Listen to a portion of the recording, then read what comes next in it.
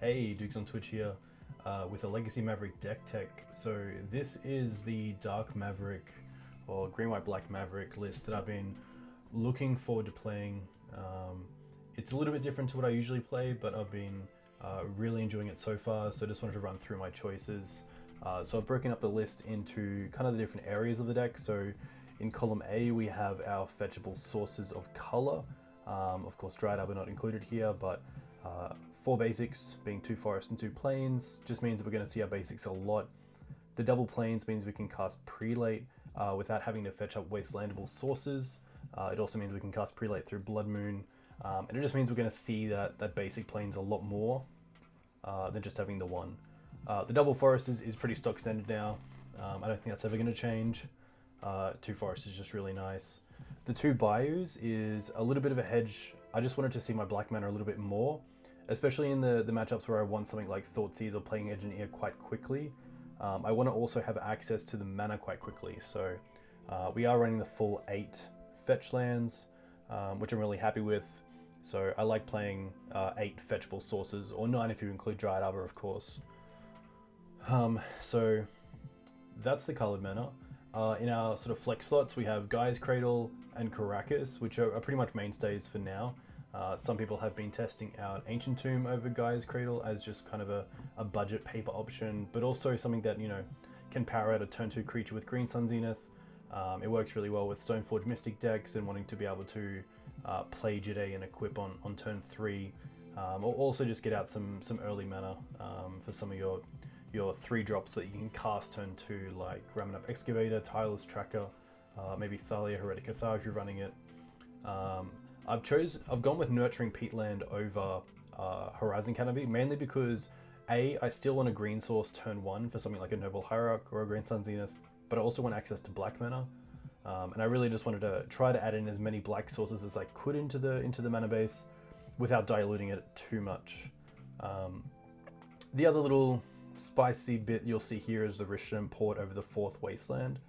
I've really been enjoying Rishadan Port in this kind of Ren meta where a lot of decks are playing basics, a lot of decks are being able to use their graveyard as a resource for finding their mana sources, so through Ren or Loam, or even through Ramunap Excavator in sort of the mirror type decks. So Port really helps against those decks that to get rid of it your opponent has to find a Wasteland effect. Against any sort of depths decks that try to name Wasteland with Pick Needle, you can still manipulate the way they actually use their combo with Rishadan Port by tapping down their Thespian stage when you want to, which is really nice. It's also really nice because I found in Maverick you really want to be hitting your land drops early on as well. So turn 2 you do have the option just to port your opponent, and then turn 3 play a Knight. It's also a little bit of a hedge against some of the Loam decks, so if they do have something like a Maze of Ith and you're just porting it down instead of wastelanding it, they have to find a wasteland to deal with it instead of just being able to loam back the Maze of Ith that you wastelanded. So Port's been really nice, as well against Miracles and decks that you don't really have the opportunity to wasteland them that much. Usually Wastelands and blue-white stand out, but it's been really good at keeping my opponent off double white, keeping white off the table in their draw steps so they can't actually terminus, which is really good. I've just been really enjoying Port as of recent, so I'm not really looking to change it for now.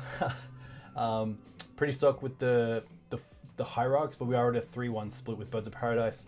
Again, the black mana, I just really want it. And I don't want to go for the full 4 Hierarchs and the Birds. I'd rather keep my 1-drop creatures at 4. I'd rather have that 1 extra spot for an extra creature that's actually going to actually have an effect on the game. So happy with the split here, mainly for Plague Engineer. Of course, if they name Human, it doesn't hit the Bird, and if they name Bird, well, it's not going to hit anything else in the deck, so pretty happy for that. Playing Giver of Runes over Mother of Runes, mainly because the 2 toughness, it gives Thalia protection from Karakas. It allows us to get through some of the bigger creatures in the format, like Thought-Knot Seer and Reality Smasher, if we really need to. It's just, I'm just really enjoying it, and I haven't found a real reason to go back to Mother of Runes as of yet. 3 Thalias and 2 Prelates to finish it. I really like Sanctum Prelate in the main deck, especially in this deck where you can cast it turn 2 off Noble Hierarch or other sort of turn 1 mana accelerant. I really like as well just the 3 Thalias and 3 Givers with the 2 Prelates. I find Prelate kind of acts as the 4th Giver and the 4th Thalia in one, so it can help you from, you know, naming 3 against the deck with Toxic Deluge or K-Command or Liliana's. It can name 4 against combo in the early games, like against Ant. You can of course turn off Empty the Warrens, Tendrils, Past in Flames, game 1, which is really relevant. So really enjoying the sort of switch there. In removal, we have 4 main deck swords, Plowshares, and 2 Abrupt Decays. Abrupt Decay is mainly for the Ren decks, Delver decks, Plague Engineers, really anything that a game 1 can throw at us. There's not too many decks that actually that Abrupt Decay is dead against, so I'm not too worried about having it in the deck and it not being relevant at times. So it's been really nice, especially uncounterable. Uncounterable removal is really solid right now.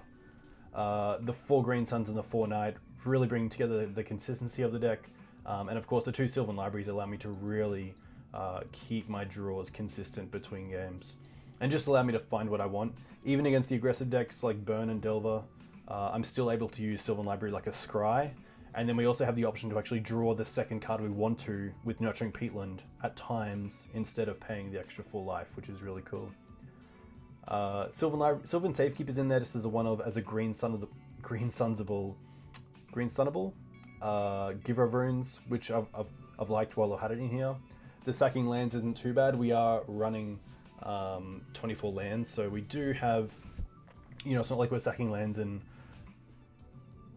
pushing ourselves out of the game by not having enough mana to actually do anything the following turn or as a follow-up. Gaddock Teeg, a mainstay, great against combo, great against the Karn decks. Really enjoying it. I'm running Qasali and Knight. I really like the versatility of both of them. Qasali Pridemage, of course, is something that you can do in your opponent's turn. Knight of Autumn, something that's great against sort of the show and tell variants. Things like Mono Red Prison, it's really nice, not just as a way to destroy things, but also as the option of becoming a 4/3.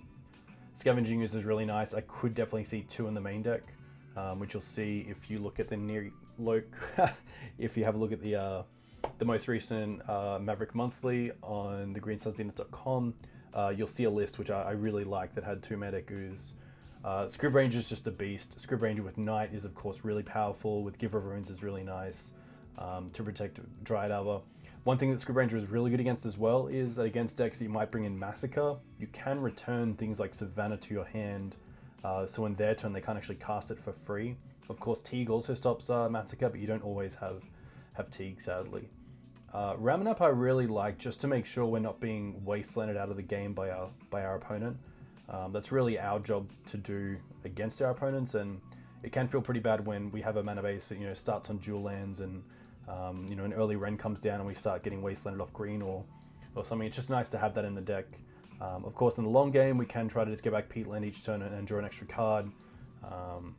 I've really enjoyed it so far, especially as a 2/3 body. It's just a nice body right now. Questing Beast. Questing Beast is pretty interesting. So against a lot of decks, there is the argument that it just is a 4/4 vanilla creature, but it's been great. I've really liked the haste. The vigilance is great as well, and then the little bits. So we've had a few games on camera which have been really cool, where the combat damage that would be dealt by creatures you control can't be prevented. So we beat a player playing the blue-white energy field combo. We actually aggressively attacked into a True Name, and they blocked our Thalia, which was pretty funny because of course the first strike just kills the True Name Nemesis. And then the ability to attack them as well has been really good. So we've actually had a stage where we've Green Sun for this, attacked with Exalted for 5 at our opponent, and then killed their Jace on a 5, which was really nice. So a little bit Christmas landy, but I'm really enjoying having it in the deck. It's just really fun to play with, and you know, that's what Magic is all about. So to the sideboard, Plague Engineers and Council's Judgments. True Name Nemesis is, you know, enemy number 1, but Plague Engineer has a lot of versatility against a lot of the decks in the format right now, especially the sort of mirror decks, Young Pyromancer decks. You know, there's just a huge amount of creatures in the format, and a lot of decks that actually kind of revolve around one or two creature types. So, you know, you'd be surprised against, say, Miracles by naming Wizard how many creatures you might actually get. Council's Judgment, just a great all-in answer. I could see O-Ring if you saw a lot of Show and Tell in your meta, because you can't, of course, interact at instant speed against decks like Show and Tell. But Council Judgment is a great, clean way to answer True Name and other threats, equipment, planeswalkers, whatever you need. Council's Judgment is pretty good. For Graveyard Hate, we have Double Surgical Extraction and Faerie Macabre. The Fairy is kind of the flex spot here. I was trying out the 3-mana Ashiok. I forget its name. But a lot of the time we just didn't have the mana to cast it. This was before I tried out the double Bayou, but I wasn't a fan of a card that if we start on a Hierarch, if we want to play at turn 2, we need 2 black sources, which can be pretty brutal for this deck to actually get together as early as turn 2. So Faerie Macabre's there. Faerie Macabre's a lot better against Exhume decks, because Surgical, if your opponent has 2 creatures in the bin and you try to Surgical one, they're going to take the other. But Faerie Macabre can, of course, come in and just clean up. And then you also get the Faerie Macabre back from the Exhume after everything's resolved, which is really nice. Faerie Macabre can't be countered. It can't be taken with duress. There's a whole heap of things you can find out about the two. I did do a little piece about it, I believe, in the Flex Slot section on the Green Sun Zenith, so definitely check that out if you're looking at different graveyard options. I also did an article on graveyard options, come on, about, yeah, graveyard options in Legacy and what are sort of the best ones for the right deck, so definitely check that out. 2 chokes, big fan of this card. It's really good against Miracles, Blue-White Stoneblade. It can get Rug Delver, but you know, you gotta be cautious of when you want to cast it. If you want to play around Daze or Spell Pierce, if they already have threats on board and they might not care about it as much. But Choke's just a great card that, you know, against decks like Maverick, against decks like Miracles, where it can be a little bit tough, it does give you a bit of an edge in games 2 and 3. One thing I'll note is that I'm not actually playing a Stoneforge Mystic package, nor am I playing any equipment. I'm really focusing in on the Green Sun Zenith package, and then a little bit more on the sort of Death and Taxes side of Maverick, playing those Prelates, playing those Thalias and Giver of Runes, which, you know, usually see play in the deck, but I think I'm just probably playing a lot more Green Sun's targets, and those Abrupt Decays and Sylvan Libraries take up slots as well. So I'm just finding right now that, you know, Stoneforge Mystic is great, but without Batterskull, it's not really a threat to your opponent. There are cases where if you fetch up a Jide, your opponent might think that you just have Batterskull in your hand. But a lot of the time I felt that Stoneforge Mystic was just a really bad equipment fetcher. And Sylvan Library kind of does that. So Sylvan Library, of course, you can find anything. You can dig really hard if you want against the matches where life doesn't really matter. But yeah, I wasn't finding I was playing matches where I was rushing to Jide or rushing to sort of Fire and Ice. Especially with Questing Beast in the deck right now, I don't really care about True Name Game 1 as much as I used to. There are moments, of course, where I'm like, damn, I wish I had Jide, but a lot of them I've been like, I'm really happy I have this Abrupt Decay right now, or this Sylvan Library, to kind of make sure my turns are going to be nice and smooth, and I'm going to run into the cards that I really want to hit. For Thoughtseize in the sideboard, mainly for fast combo, but also there for control like Miracles. I really like it against Miracles, especially with Surgical Extraction. It's always interesting to see people's opinions on Surgical and if you should bring it in against decks that don't really rely on the graveyard. Of course, it's great against Reanimator, where you can hit something like Grizzlebrand or Life in the Loam decks. But because the Miracles matchup is pretty terrible for Maverick, I do like bringing in Thoughtseize and Surgical, not only to hit Snapcaster Mage, but also to Surgical something like Swords to Plowshares, and then Surgical it, or even go after Terminus. I have been currently just bringing in Thoughtseize and not bringing in Surgical because it is a little bit of overkill, but I can definitely, you know, sympathize with those who have brought it in before. Garruk Relentless is a card that you don't really see too much often, but I just love it against Miracles especially. We usually tech out all our swords, so having Garruk as a removal spell is really nice. It just creates 2/2 wolves. When it flips, it's amazing, of course. You can tutor your deck for cards. But I've been really enjoying it, especially the mana cost, just the 3-in-1 green. I was thinking about Gideon, Ally of Zendikar, but the double planes can come up a lot, and sometimes you just you're not really getting that much value from Gideon where you're wanting some sort of removal spell, and Garruk just kind of filled that void for me. So really happy with Garruk, mainly against kind of the mirror decks, the mid-range decks.